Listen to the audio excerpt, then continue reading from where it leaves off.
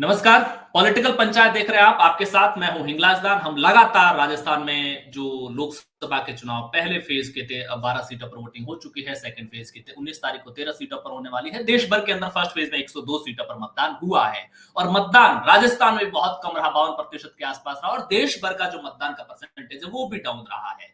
ऐसे में बीजेपी हो या कांग्रेस, 26 तारीख को जो दूसरे फेज की 13 सीटों पर वोटिंग होगी उसके लिए पूरी ताकत लगा दी है। लेकिन 19 को हुए मतदान के मायने क्या और 26 को लेकर के स्थितियां क्या है, इसको समझने के लिए हमारे साथ में नवीन चौधरी जी हैं। बहुत बहुत स्वागत है आपका। धन्यवाद। नवीन जी लेखक भी है और राजनीतिक विश्लेषक भी है और उन्होंने ढाई चाल के नाम से आज से बहुत पहले किताब लिखी थी जो आज की राजनीति पर भी बहुत हद तक सटीक बैठती है। नवीन जी, अगर मैं राजस्थान के नजरिए से 26 तारीख को होने वाले मतदान को लेकर के आखिर के 10 दिन कहूं तो राजस्थान की सियासी चाल है वो पार्टियों की किस तरफ जाती हुई दिख रही है और वोटर की किस तरफ जाती हुई दिख रही है? देखिए, असली ढाई चाल तो वोटर ने चल दी है। ये जो हुआ है वोटिंग का, ये चिंता का विषय दोनों ही तरफ पक्षों के लिए है, क्योंकि 10 साल की एंटी इनकम्बेंसी थी बीजेपी के खिलाफ। तो ये तो माना जा रहा था कि इस बार 25 के 25 कठिन हो जाएगी और कांग्रेस को यही उम्मीद थी कि जब 3-4 सीटों पे कमजोर हो रही है तो इसका एक इफेक्ट हो सकता है, 8-10 सीटों तक भी वो जा सकती है। लेकिन अगर वोटिंग कम पड़ती है तो ये निश्चित तौर पर जो है कांग्रेस के उम्मीदों पे कुठाराघात है। लेकिन यही दिक्कत बीजेपी के लिए भी है, क्योंकि बीजेपी आप देखें 2014 और 2019 में जैसे जैसे वोट परसेंटेज बढ़ा, बीजेपी के वोट परसेंटेज बढ़ते चले गए, बीजेपी को नुकसान नहीं हुआ था। तो यहाँ पर ये वोट घटना जो है बीजेपी का भी मार्जिन जो है वो अच्छा खासा गिराएगा।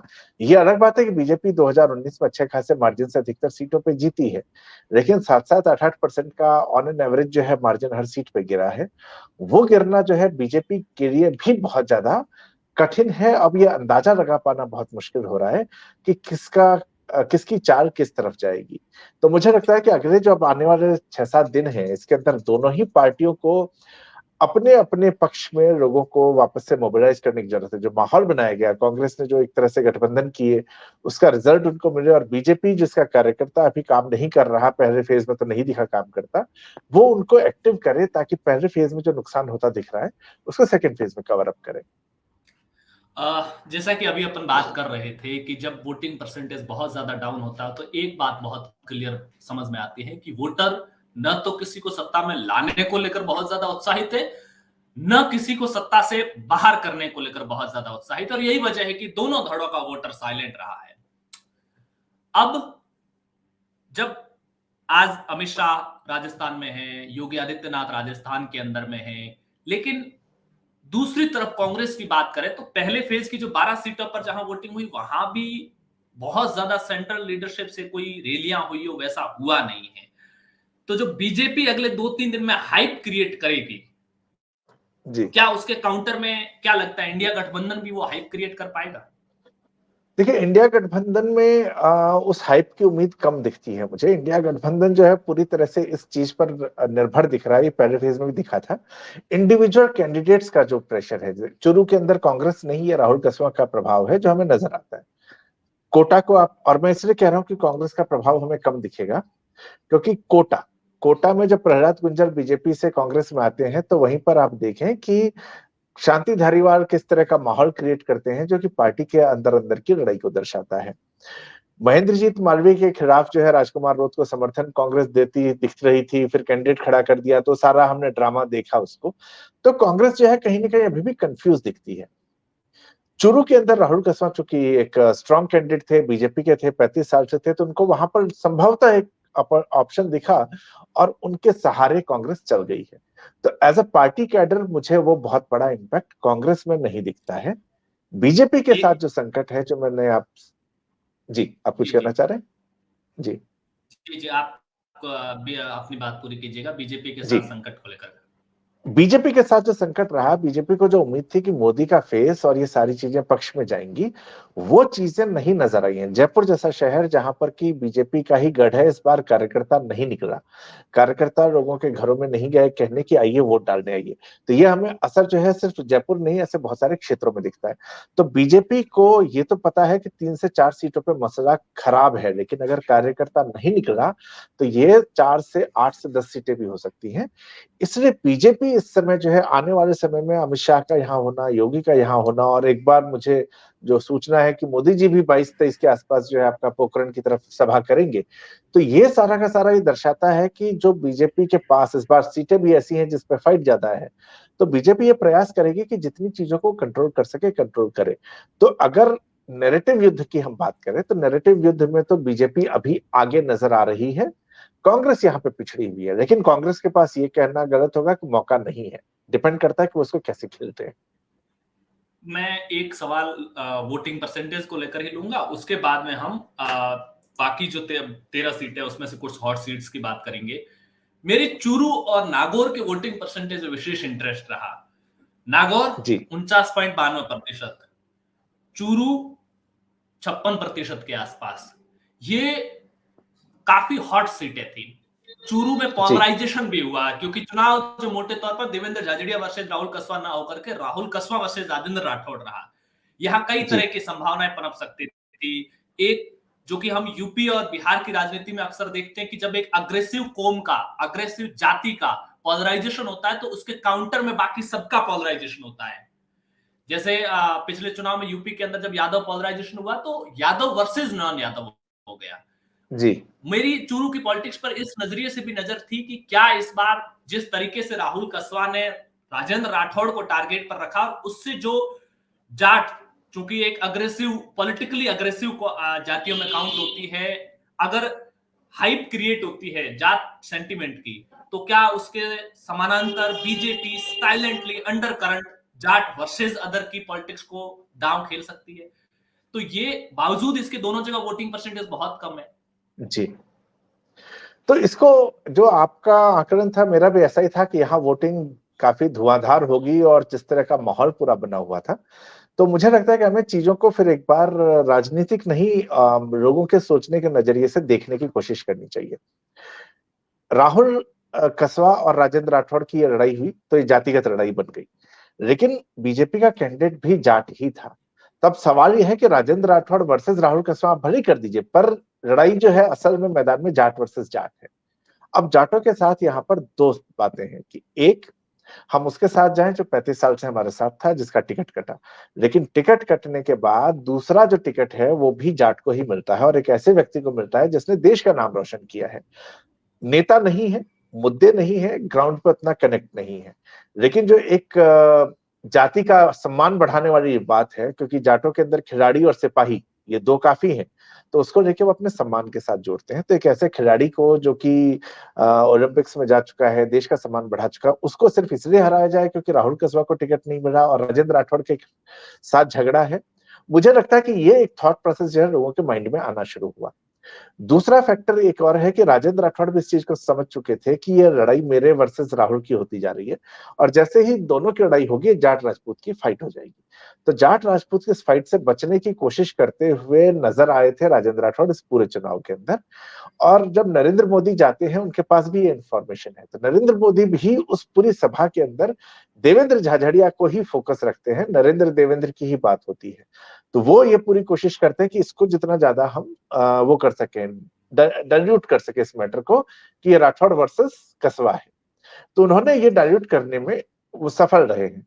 अब एंटी इनकम्बेंसी तो कुछ ना कुछ कस्बा परिवार के साथ भी होगी, ये पॉइंट भी साथ साथ जो है उठता तो चला आ रहा है कि आप जो है प्रधान भी आपकी माताजी रही, विधायक भी आप रहे, सांसद भी आप रहे, आप ही आप सब जगह हैं, तो दूसरे को दिया जाए कि ना दिया जाए।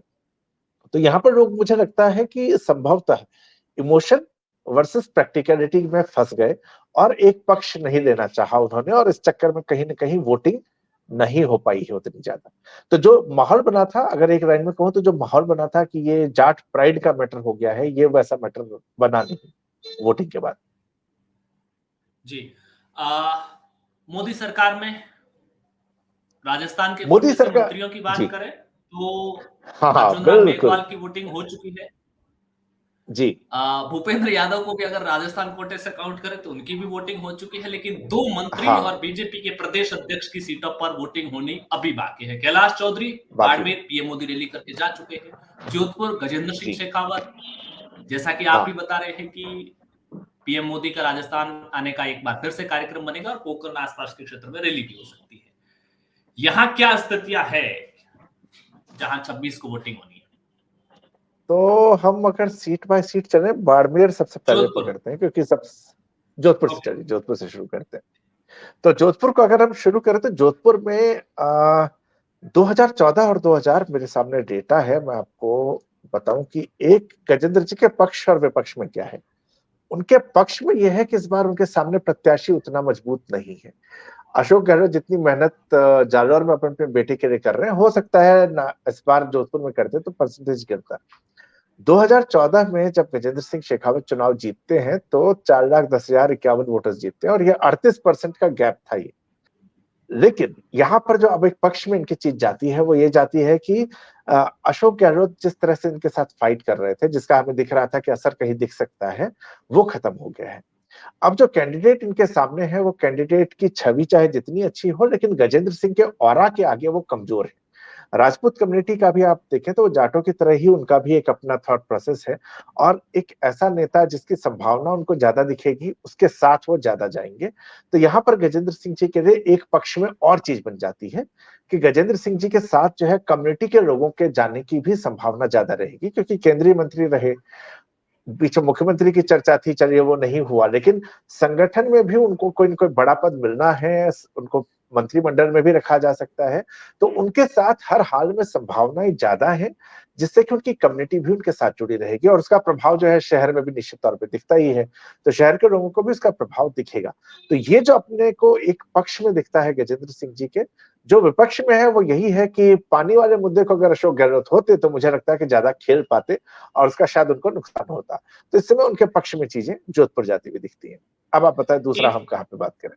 एक एक जोधपुर को लेकर मैंने ये भी ऑब्जर्व किया है कि चूंकि दोनों तरफ राजपूत प्रत्याशी है, लिहाजा पिछले एक जी सप्ताह या 10 दिन देखे तो जाटों की अलग से पंचायत हुई, पंचों की बैठक होती है और उसमें बीजेपी और गजेंद्र सिंह शेखावत के समर्थन का ऐलान किया जाता है। भील समाज की ओर से अलग होती है और बाकी भी जातियों की तरफ से अलग, विष्णु समाज की ओर से एक बड़ा कार्यक्रम आयोजित किया जाता है, उसमें गजेंद्र सिंह शेखावत पहुंचते हैं।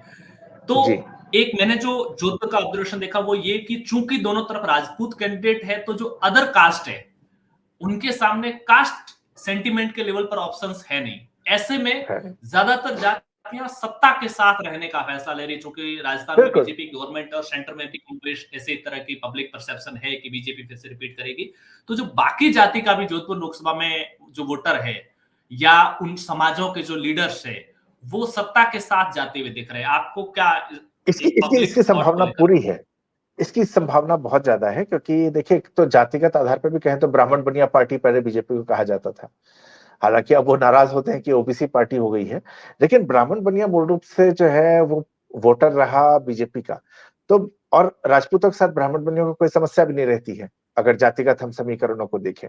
तो ये चीजें जो है निश्चित तौर पर फिर गजेंद्र सिंह जी के पक्ष में यहाँ पर जाती हुई अपने को नजर आती बाड़मेर चर्चा जयपुर से दिल्ली तक है। है। बाड़मेर जो है एक ऐसी इंटरेस्टिंग सीट हो गई है जिसके लिए माना जा रहा है कि अगर बीजेपी 24 भी सीटें जीते तो ये एक सीट जो है वो हारेगी। देखिए कोरोना के बाद से अगर आप देखें तो कैलाश चौधरी जी का जो है यहाँ पर नेगेटिव हमें न्यूज आनी शुरू हो गई थी, कि अगर वो फिर से चुनाव लड़ते हैं हार जाएंगे, ये चर्चा बहुत पहले शुरू हो गई थी। तो यहाँ पर से कारण क्या रहे, लोगों की क्यों नाराजगी है, इसके बारे में डिटेल बहुत नहीं जानता, लेकिन ये चर्चा है कि उनके गांव से भी लोग उनको वोट नहीं देंगे। ये एक फैक्टर उनके साथ था। हालांकि मुझे लगता है कि मोदी वेव का भरोसा था, पर ये मोदी वेव का भरोसा गड़बड़ होता है रविंदर सिंह भाटी के आने के साथ। रविंद्र सिंह भाटी को जब वो कैंडिडेट वहां डिक्लेयर खड़े हो जाते हैं एज ए कैंडिडेट वहां पर, तो देखिए उसके बाद हमें पोलराइजेशन नजर आता है कि एक तरफ जाट वोट है, राजपूत वोट है और बाकी जातियों के वोट है। तो रविंद्र सिंह भाटी जो है तकरीबन 12-13% जो राजपूत वोट है उनके सहारे चल रहे हैं। जाटों के अंदर जो चुरू में हमने देखा, क्योंकि जाट वर्सेस जाट था, या नागौर में जाट वर्सेस जाट है, यहाँ पर वो कहानी नहीं हो जाती। यहाँ जाट वर्सेस जाट था, लेकिन इसके अंदर अब एक राजपूत की एंट्री हो जाने के साथ सारी इक्वेशन हमें चेंज होती हुई नजर आती है। तो इसमें जो है जाटों में अब ये फीलिंग आने लगी है कि अगर भाटी के जीतने की संभावनाएं हैं, क्योंकि रविंद्र सिंह भाटी कोशिश कर रहे हैं कि भाई कुछ ब्राह्मण वोट, कुछ मुस्लिम वोट उनकी तरफ आ जाए, और वो थोड़ा सा शिफ्ट होता है तो उनके पक्ष में चीजें ज्यादा चली जाएंगी। तो यहाँ पर जाटों के अंदर ये चर्चा बाड़मेर में होने लगी है कि अगर कैलाश चौधरी को हारना ही है तो हमें उम्मीद आराम को वोट देना चाहिए ताकि भाटी वहां से न जीते। तो ये जो कंसोलिडेशन है हम जाटों के वोट का इस तरफ होता हुआ देखेंगे। अब यहाँ पर भी वही फैक्टर काम करेगा जो आपने पहले कहा था कि बाकी जातियां किधर जाती हैं, वो रविंद्र सिंह भाटी की तरफ जाती हैं या उम्मीद आराम की तरफ जाती हैं, इसके ऊपर बहुत सारा कुछ डिपेंड करेगा। पर आज की तारीख में हम देखें तो ये इकलौती सीट है जहां बीजेपी हारती हुई नजर रही है। रविंद्र सिंह भाटी के मामले में मुझे कभी कभी ऐसा लगता है कि बीजेपी ने शुरुआत से मिस कैलकुलेशन की। चाहे वो विधानसभा चुनाव से पहले वो पार्टी ज्वाइन करने की स्थितियों में जब चर्चाएं थी, उसके बाद में टिकट वितरण का मामला, जब बीजेपी लीडरशिप को या स्टेट लीडरशिप ने भी, मेरे को कभी कभी ऐसा लगता है कि सेंट्रल लीडरशिप को मिसगाइड भी किया होगा लोकल लीडरशिप के अपने निजी इंटरेस्ट को साधने के लिए। बिल्कुल। तो ये चीज मेरे ख्याल से विद्यार्थी परिषद के दिनों से ही हम देख रहे हैं कि यूनिवर्सिटी के अंदर भी आप देखें तो टिकट न देना और उसके बाद रिकॉर्ड बनाना कैंडिडेट का, मुझे लगता है कि वो अपने आप में एक इशारा था कि एक डिसीजन गलत हो गया है। उसके बाद वो जो ईगो के ऊपर सवाल को लेना। दूसरा, राजपूत पॉलिटिक्स जो है मारवाड़ की, वहां पर निश्चित तौर पे एक 26 साल का लड़का अगर इतना पॉपुलर होगा तो बिठे स्थापित नेताओं को पसंद नहीं आएगा। तो मैं आपकी इस बात से पूरी तरह सहमत हूं कि जब उनको पार्टी ज्वाइन करवाई गई तो उसके पीछे यही था पूरी पूरी रणनीति कि इसको चुनाव में लड़ने दिया जाए और बिठा दिया जाए। लेकिन कैंडिडेट तैयार था, उसने चुनाव लड़ा, और इसके लिए निश्चित तौर पे जो है सेंट्रल लीडरशिप को कुछ ना कुछ तो मिसकम्युनिकेशन ही हुआ है, वरना बीजेपी जिस तरह से स्ट्रेटेजिकली काम करती है वो ये गलती नहीं करती। तो मैं आपकी इस बात से पूरी तरह सहमत हूं कि यहाँ पे कुछ मिसगाइड किया गया है। सीपी जोशी, ओम बिरला, दो और बड़ी सीटें बची हुई है जी। सीपी जोशी जी के लिए जो है वो भाग्य लिखवा के लाए हैं अभी, और उनका वक्त बहुत अच्छा चल रहा है अभी, तो इसलिए उनके लिए कोई संकट नहीं है, उनको तो बड़े आराम से वो निकल जाएंगे। सामने कैंडिडेट भी जो उनके हैं उनको भी ऐसा कोई बहुत बड़ा टक्कर होती हुई नजर नहीं आ रही। ओम बिरला जी के लिए एक संकट हमें दिख रहा था, क्योंकि बीजेपी की जो विद इन पार्टी पॉलिटिक्स है, प्रहलाद गुंजर को वसुंधरा जी का समर्थन था, तो उनके वहां जाने के साथ प्लस पार्टी कैडर में भी एक स्ट्रांग होल्ड था, उनके वहां जाने से प्रहलाद गुंजर ओम बिरला को कड़ी टक्कर देते हुए नजर आ रहे थे। लेकिन शांति धारीवाल वाले एपिसोड ने ये जो पूरा है फिज निकाल दिया उस पूरी लड़ाई का। शांति धारीवाल का जब ये कहना कि आप मेरे खिलाफ बोल रहे थे, मुझसे माफी मांगिए, उसने ये दिखाया कि भाई कांग्रेस तो इनका समर्थन दे नहीं रही है। तो आम जनता के अंदर, और कोटा जो कि मोटा मोटा बीजेपी की तरफ चली जाती है सत्ता जब लोकसभा चुनाव होता है, तो वहां की जनता के सामने अब ये परसेप्शन है कि जिस कैंडिडेट के साथ कांग्रेसी ही खड़े नहीं है, जो कांग्रेस में चला गया है, उसके जीतने की संभावना कितनी बनेगी। तो ये प्लस पॉइंट जो है ओम बिरला के लिए यहाँ पर बन जाता है। अदरवाइज ये मामला बहुत ज्यादा टफ सीट होने वाली थी ये भी। अशोक गहलोत के लिए इस बार का जालौर चुनाव अहम है। ये वैभव गहलोत का चुनाव नहीं है, ये अशोक गहलोत का चुनाव है। और अगर दूसरी बार वैभव गहलोत को इलेक्टोरल पॉलिटिक्स में झटका लगता है, तो जो विरासत का ट्रांसफर करना है सक्सेसफुली अशोक गहलोत को, क्या स्थितियां लग रही है जालौर में इस बार? देखिए, जालौर में हमारे को ये बड़ा दिख रहा है क्योंकि अशोक गहलोत जी वहां पर खुद बैठे हुए हैं, वो पूरा प्रयास कर रहे हैं, इसकी वजह से सीट ज्यादा वो दिखती है। लेकिन जब बीजेपी के कैंडिडेट की आप यहाँ पे बात करें तो बीजेपी के कैंडिडेट यहाँ पर मजबूत है। उनका ग्राउंड कनेक्ट जो है, वो भले नेता नहीं है लेकिन संघ का जो बैकग्राउंड है और उनका जो ग्राउंड पे कनेक्शन है वो काफी ज्यादा मजबूत है। तो अगर ग्लैमर और शोर शराबा पैसा इस तरफ है वैभव गहलोत के साथ, तो ग्राउंड का कनेक्ट जो है वो डुबाराम जी के साथ हमें नजर आता है। दूसरा, 2019 में जो कुछ गिनी चुनी सीटें जहां बीजेपी का विनिंग मार्जिन ड्रॉप हुआ था, जालौर एक ऐसी सीट थी जहां पर कि 2014 में 35% का विनिंग मार्जिन था और 19% का विनिंग मार्जिन 2019 में हुआ था। तो कैंडिडेट भी यहाँ पर चेंज कर दिया गया है। तो कैंडिडेट के खिलाफ अगर कोई एंटी इनकम्बेंसी थी, विधानसभा में हमने देखा कि देव जी के खिलाफ बहुत सारे कैंडिडेट्स खड़े हो गए थे, तो उन कैंडिडेट्स का भी देव जी से नाराजगी थी। तो वो कैंडिडेट भी जो है अगर इनके साथ आते हैं तो हमें यह संभावना नजर आती है कि अभी यहाँ पर एज जो है वो निश्चित तौर पर लुम्बाराम जी के साथ है, और संभवतः जो है वैभव गहलोत, जो अशोक जी कहते हैं रगड़ाई सचिन पायलट की करनी चाहिए, मुझे लगता है वैभव गहलोत की संभावना इस बार रगड़ाई की पुनः होने की ज्यादा दिखती है। मैं, अगर आप मुझे कहें तो मैं 60-40 मानता हूँ, 60% बीजेपी के पक्ष में यहाँ पर। आज दिन में भी हमारी जब इसी तरह का डिस्कशन चल रहा था तो जालोर से एक स्थानीय सीनियर पत्रकार जुड़े हुए थे। उन्होंने बताया कि जिस तरह से अशोक गहलोत ने 2019 में पूरी तरह से जोधपुर में डेरा डाला हुआ था, ठीक उसी तरह से इस बार उन्होंने जालोर में डेरा डाला है। और अशोक गहलोत की मौजूदगी ने जो 1 महीने पहले वैभव गहलोत की जो स्थितियां थी उसकी तुलना में धीरे धीरे धीरे वैभव गहलोत को फाइट में ला करके करीब खड़ा जरूर किया है, क्योंकि अशोक गहलोत लोकल गणित को समझते हैं और उन्होंने वहां एक एक व्यक्ति को पर्सनल टच किया है, जिसका थोड़ा बहुत भी प्रभाव है उनके साथ। अशोक गहलोत खुद व्यक्तिगत रूप से मुलाकात कर रहे हैं, बात कर रहे हैं और उन्हें अपने पक्ष में लाने की, वैभव गहलोत के समर्थन में लाने की कोशिश कर रहे हैं। लुम्बाराम के लिए सिरोही जरूर, क्योंकि वो सिरोही के कोटे में पहली बार टिकट आया है। ऐसे में सिरोही जिले में आने वाली जो 3 विधानसभा की सीटें हैं इस संसदीय क्षेत्र की, वहां पर लुम्बाराम लीड लेते हुए स्पष्ट तौर पर दिख रहे हैं। लेकिन जो मेन फाइट है वो जालोर के जो 5 विधानसभा क्षेत्रों के एरियाज की है, और यहीं पर कांग्रेस की भी सबसे ज्यादा नजर है। अशोक गहलोत का जो कैंपेन है, जो पूरी चुनावी यात्रा है, वो भी वो जो स्थानीय पत्रकार का जो कहना था, उनका कहना है कि कांग्रेस भी सबसे ज्यादा जालोर सेंट्रिक है, क्योंकि इस बार वहां पर बीजेपी के हाथ से कुछ विधानसभा की सीटें भी गई है। भीनमाल है, रानीवाड़ा है, जो अक्सर बीजेपी की होल्ड वाली सीटें हुआ करती थी, वो भी हाथ से निकली है। तो कांग्रेस को उम्मीद जालोर जिले से ज्यादा है।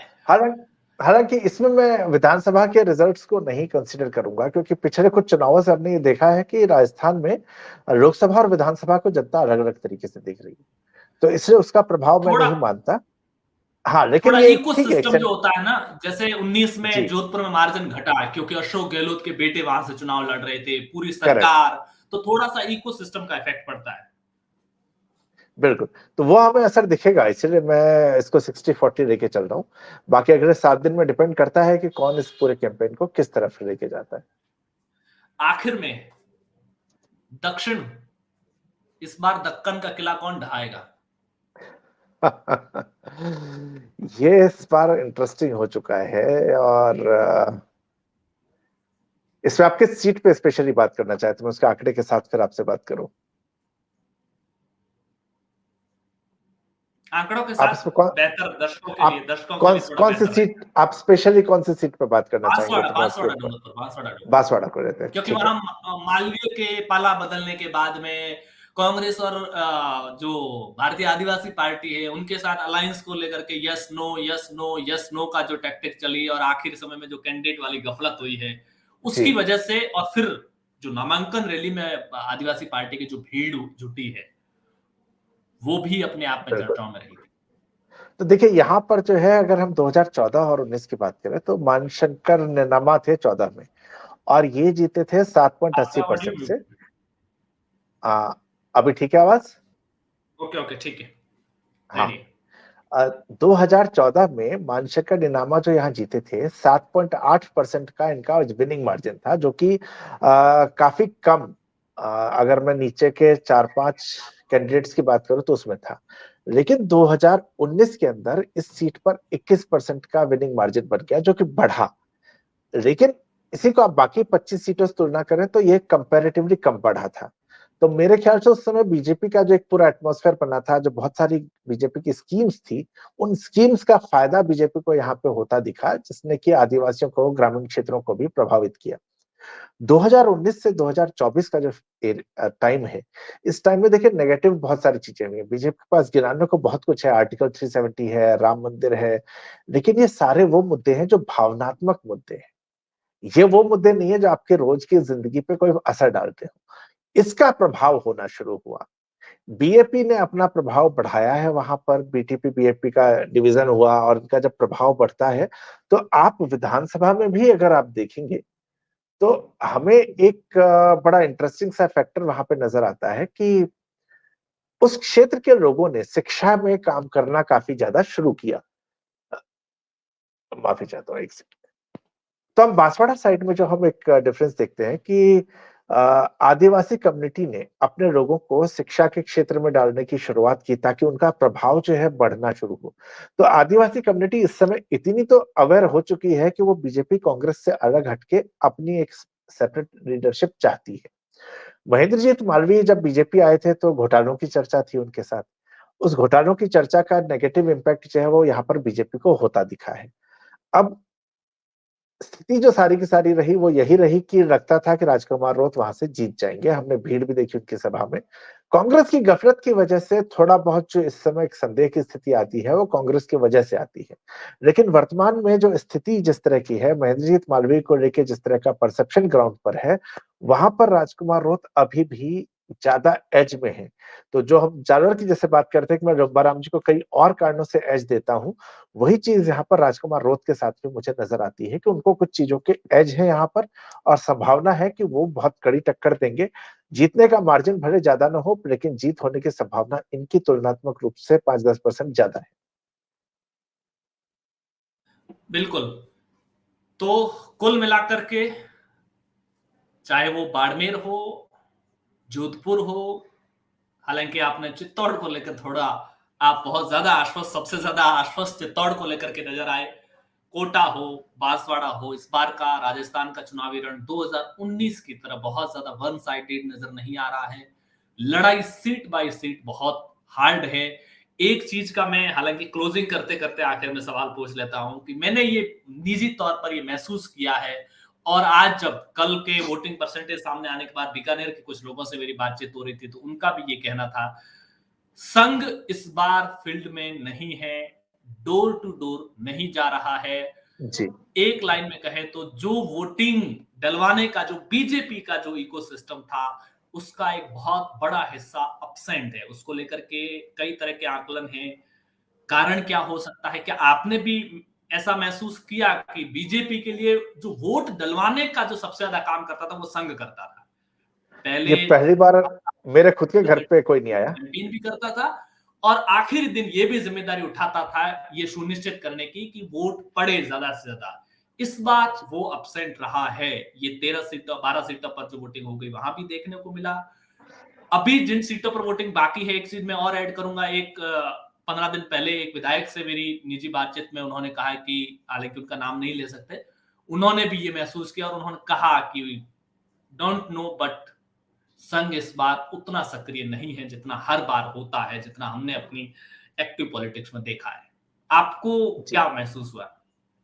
नहीं, मेरे घर ही इस बार कोई नहीं आया। मेरे घर में पिछले 30 सालों में नगर निगम से लेकर लोकसभा तक का कोई भी चुनाव होता हो, बीजेपी का कार्यकर्ता और संघ का स्वयंसेवक ये दोनों ही आते थे। और मेरे घर से मतलब पूरे मोहल्ले में ही आते थे वो। पर्ची बांटना है, वोट देने जाना है, इसकी चर्चा दोनों ही लोग अलग-अलग तरीके से आकर किया करते थे। ये पहली बार ऐसा है कि कोई भी नजर नहीं आया है। तो संभवतः एक जो नाराजगी मुझे लगती है कि बीजेपी का ये जो एक्सपेरिमेंट था ना कि सीएम बनाओ, अपने हिसाब से जो हम चाहेंगे वो करेंगे, उसका असर संघ के रिश्तों पर भी पड़ना शुरू हुआ है। संघ ने अपने आप को काफी उपेक्षित महसूस किया है बीजेपी की सरकार बनने के बाद। तो उस चीज का प्रभाव मुझे लगता है कि यहाँ पर नजर आ रहा है कि स्वयंसेवकों के काम नहीं हो रहे, लेकिन जिसका काम होना है उसका काम तो हो ही जा रहा है। चलिए, बहुत बहुत धन्यवाद। काफी लंबा समय लिया मैंने आपका, आधे घंटे के करीब आपने समय दिया, बहुत बहुत शुक्रिया। 3-4 दिन का कैंपेन का समय बचा है और मोटे तौर पर 5-6 दिन ओवरऑल इस पॉलिटिकल गेम का बचा है। इसमें कौन किधर 2.5 कदम चलता है और कौन किधर 2.5 कदम चलता है, ये देखने वाली बात होगी। आपसे इन 3-4 दिनों में फिर जरूर मुलाकात होगी। जैसे जैसे जरूर। एक एक दिन अब जैसे जैसे करीब आ रहा है, ये बहुत दिन प्रतिदिन और एक एक घंटे के बाद में जो व्यक्ति अब तो ये भी महसूस कर रहे हैं कि जिससे 1 घंटा पहले बात हुई और 4 घंटे बाद बात होती है, वो फिर वापस पूछता है क्या माहौल है, क्या लग रहा है। 4 घंटे पहले सारी चीज बता चुके होते फिर भी, क्योंकि जैसे जैसे चुनाव करीब आता है स्थितियां उतनी ही तेजी से बदलती है। जितनी चेंज हो रहा तेजी से स्थितियां बदलेगी, जितनी ही तेजी से पॉलिटिकल पंचायत पर हम अलग अलग विश्लेषण लेकर फिर होंगे हाजिर। नमस्कार।